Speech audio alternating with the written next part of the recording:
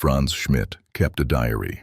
For 45 years, from 1573 to 1618, the official executioner of Nuremberg recorded every person he killed, names, crimes, methods, the exact number of lashes he administered before the killing blow. He wrote it all down in a leather-bound journal with the same careful precision a physician might use to record patient histories. By the time he retired, that journal contained 361 executions and 345 lesser punishments, brandings, ear removals, floggings, carried out over 4 decades of state-sanctioned killing. He was also, by every account that survives, a man who desperately wanted to be seen as normal. That tension between what Franz Schmidt did for a living and who Franz Schmidt understood himself to be sits at the center of something history almost never examines directly. Not the executions themselves, not the methods, not the crowds, not the condemned, but the man on the other side of the blade, the one who went home afterward, who sat at a dinner table, who had children and ambitions and a very precise idea of justice, who killed, legally and publicly, for nearly half a century, and never once stopped thinking about what that meant. This is the psychology nobody writes about, and it is darker and stranger and more human than you think. Here is what you need to understand first.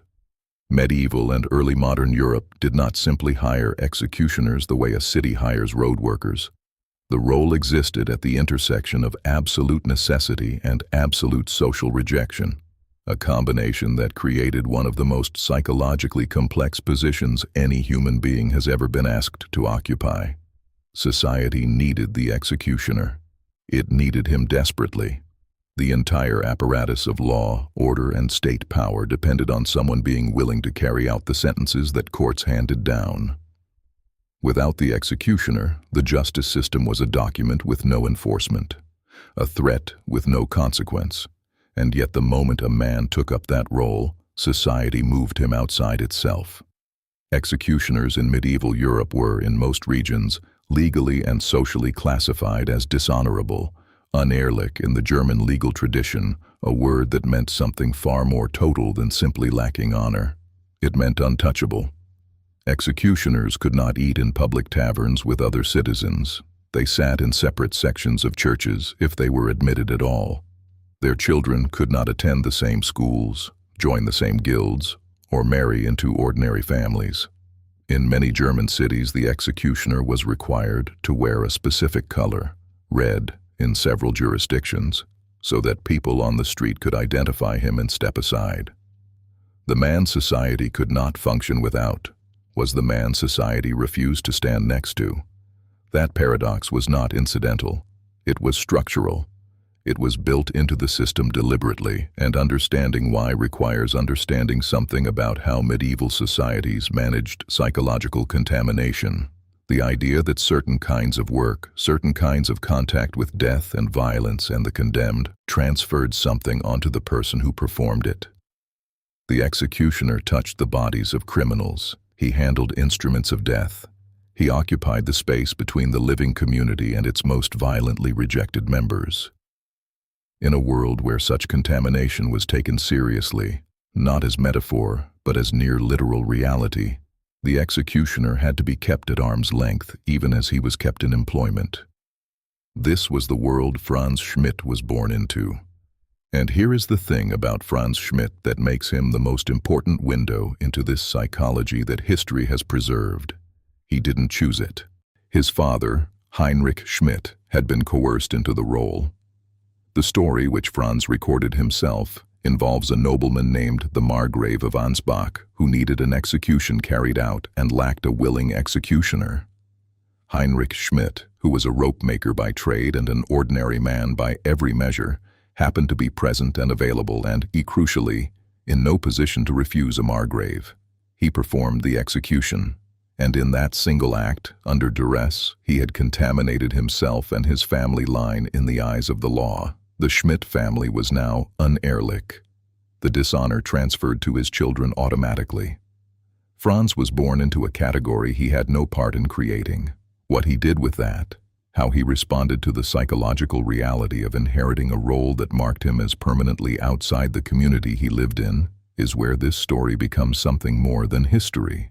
Franz Schmidt decided, with a deliberateness that comes through clearly in his writing, to be the best executioner who had ever lived, not as resignation, not as defeat, as a form of reclamation. He trained rigorously. He studied anatomy at a time when anatomical knowledge was scarce and primarily restricted to physicians. He learned exactly where the spine's vertebrae were located, what angle of strike produced immediate unconsciousness before death, how to position a condemned person so that the sword fell true on the first attempt. He developed a professional philosophy, documented in his journal, that distinguished between what he called a good death and a poor one. A good death was quick.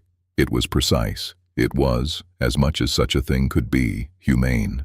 Franz Schmidt believed, and wrote explicitly, that the condemned deserved to die without unnecessary suffering. In 45 years, he almost never failed on the first stroke. That matters psychologically because it tells us something about how he organized his inner life around the work. He could not change what he was required to do. He could not escape the role, could not resign without consequences, could not simply walk away from the legal category his father's coerced act had assigned him. What he could control was the quality of the work itself, the precision, the mercy built into the method. By becoming extraordinarily skilled, he transformed the role from something done to him into something he actively shaped. It was the only form of agency available to him. And then he wrote it all down, every name, every crime, every method, every outcome. The journal is not a confession. It is not a record of guilt. Read carefully, and historians who have studied it closely note this. It reads more like the work of a man insisting to himself and to whatever future reader might find the pages that what he did had meaning, that the people he killed were real people whose names deserved recording, that the act of execution performed with skill and intention was not the same as murder. Franz Schmidt spent 45 years arguing, in ink and in practice, for the dignity of a role that society had declared inherently undignified. But Franz Schmidt was one kind of executioner, the conscientious professional, the man who turned psychological burden into craft. History also preserved the other kind, and understanding the full psychology of the role requires sitting with both. Jack Ketch was the public executioner of London in the 1670s and 1680s. His name became, within his own lifetime, a synonym for botched execution, so notorious that Jack Ketch entered the English language as a common noun for any executioner, and later for death itself. Punch and Judy shows, which emerged in this period, featured a character called Jack Ketch as the puppet who eventually kills everyone, including the devil. He was, by the documented record, catastrophically bad at his job. The execution of William Lord Russell in 1683 required 3 strokes of the axe before Russell died. Ketch afterward published a pamphlet, remarkable document, in which he blamed Russell for not positioning himself correctly. He did not apologize. He did not acknowledge incompetence. He externalized the failure entirely, with a defensiveness that reads, across 3 centuries, as a man who could not psychologically afford to accept what the record showed. The execution of the Duke of Monmouth 2 years later was worse. 5 strokes of the axe. Monmouth still alive. Ketch eventually finished the job with a knife. The crowd, which had been hostile to begin with, turned into something close to a riot. What Ketch's case illuminates is the psychological consequence of incompetence in a role where incompetence had no exit. He could not be reassigned. He could not practice on anything other than human beings. Every public failure was witnessed by thousands of people and recorded in newspapers that were, by the 1680s, circulating across England. The psychological response, documented in his own extraordinary decision to publish self-justifying pamphlets after his worst failures, was a kind of defensive grandiosity that protected him from an internal reckoning he apparently could not face. Franz Schmidt processed his role through precision and philosophy. Jack Ketch processed his through denial and blame. Both responses were, in their own way, psychologically coherent. Both were survival mechanisms for men asked to do something that the human mind is not, in its ordinary configuration, designed to do repeatedly and publicly and on command. Charles-Henri Sanson inherited the executioner's role in Paris at the age of 15. 15 years old. His father was too ill to continue. The family had held the position of royal executioner of Paris for generations. The Sansons were, by the 18th century, something close to a dynasty of state killing, a fact that is strange enough on its own. But Charles-Henri's age at inheritance forces a specific question. What does it do to a 15-year-old boy to perform his first public execution? Sanson left accounts. He described the night before his first execution, a man named Lescombat, condemned for murder, in terms that make the psychological reality almost unbearably clear. He could not eat. He could not sleep. He rehearsed the movements in his mind through the night. When morning came and the moment arrived, he performed the execution correctly, professionally, without visible distress, and then went home and, by his own account, sat in silence for the rest of the day. He would go on to execute thousands of people. He presided over the terror. He executed Louis XVI on January 21, 1793, held up the severed head of the King of France to the crowd at the Place de la Révolution while the crowd screamed. He executed Marie Antoinette. He executed Robespierre, the architect of the terror, with the same professional efficiency he had applied to the terror's victims. He executed men he believed innocent and men he believed guilty, and he executed them with identical technique, because technique was, by that point in his career, the only container large enough to hold what he had experienced. What Sanson represents, the third distinct psychological profile in this history, is the man who survived through compartmentalization so total that it eventually became its own kind of damage. His later accounts describe a growing inability to connect the work with any felt moral reality. He knew, intellectually, that he was ending human lives. He had the theological framework of a Catholic who believed in the soul and in judgment. But the felt experience of standing on a scaffold for the 10,000th time had become, by his own description, something closer to an absence than a feeling. Psychologists today would recognize this as a dissociative adaptation, the mind's mechanism for continuing to function in circumstances that would otherwise make function impossible. It is the same mechanism documented in modern research on soldiers, surgeons, and emergency workers who perform tasks involving death and trauma repeatedly over long careers. The feelings don't disappear, they go somewhere else, and the somewhere else eventually becomes a problem of its own. Sanson, late in his life, told an interviewer that the worst part was not the executions themselves, it was the dreams. He was specific about the dreams. He dreamed about the faces, not the famous ones, not the king, not the queen, not Robespierre, the ordinary ones, the ones whose names he had already forgotten by morning. Here is what these three men, Schmidt, Ketch, Sanson, reveal when you hold them together. The psychology of the executioner was never a single thing.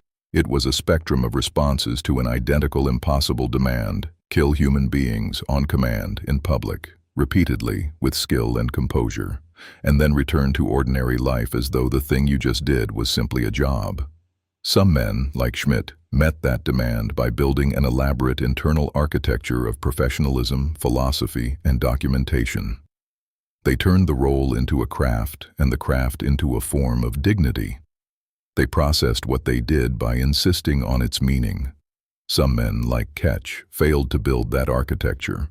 Through temperament, through inadequate training, through whatever combination of factors produces a man who cannot face his own failures, and defended themselves instead through denial. The psychological cost of that denial compounded over time, visible in the public record as increasingly erratic behavior and self-justifying public statements.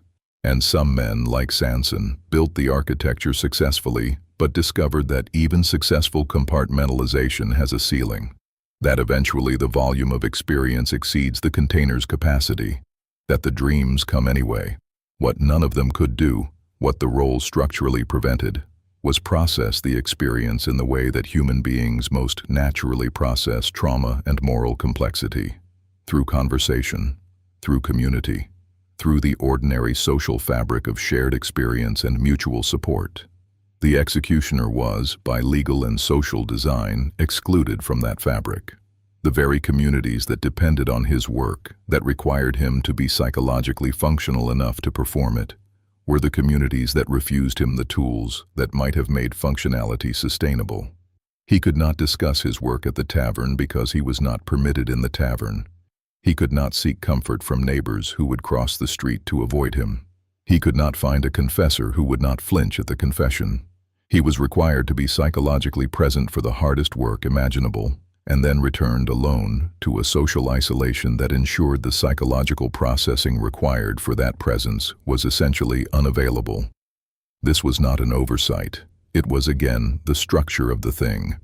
Medieval society needed the executioner functional. It also needed him contained, marked, separated.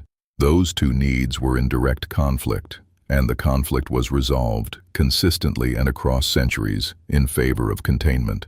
The executioner's psychological sustainability was not, in the accounting of the societies that employed him, a priority. Franz Schmidt eventually achieved something almost no executioner in history managed. After 45 years of impeccable service, after 361 executions performed with a precision that city records repeatedly commended, he petitioned the city of Nuremberg to restore his family's honor, to formally, legally, remove the Unehrlich designation that his father's coerced act had placed on them generations earlier. The city deliberated. It was an unprecedented request. No executioner had ever asked for this. No executioner had ever thought to frame his decades of service as grounds for social rehabilitation. Nuremberg said yes. Franz Schmidt died in 1634, a man who had done what should have been impossible. He had entered the role marked as permanently outside society and left it, through deliberateness and skill and 45 years of meticulous documentation, having argued his way back inside. His journal survived. Historians found it centuries later. It is still in print. He wrote every name down because he understood with a clarity that his society lacked, that the names mattered, that the people mattered, that the work mattered, not because it was glorious, not because it was clean, but because it was real, and real things deserved to be recorded. The man that Nuremberg made untouchable spent his entire career proving that he understood human dignity better than the society that had stripped him of it. That is the brutal reality of executioners in medieval Europe. Not the methods, not the crowds, not the scaffold. The man who climbed it, did what was required, climbed back down, and went home to write it all in a book, because someone had to remember.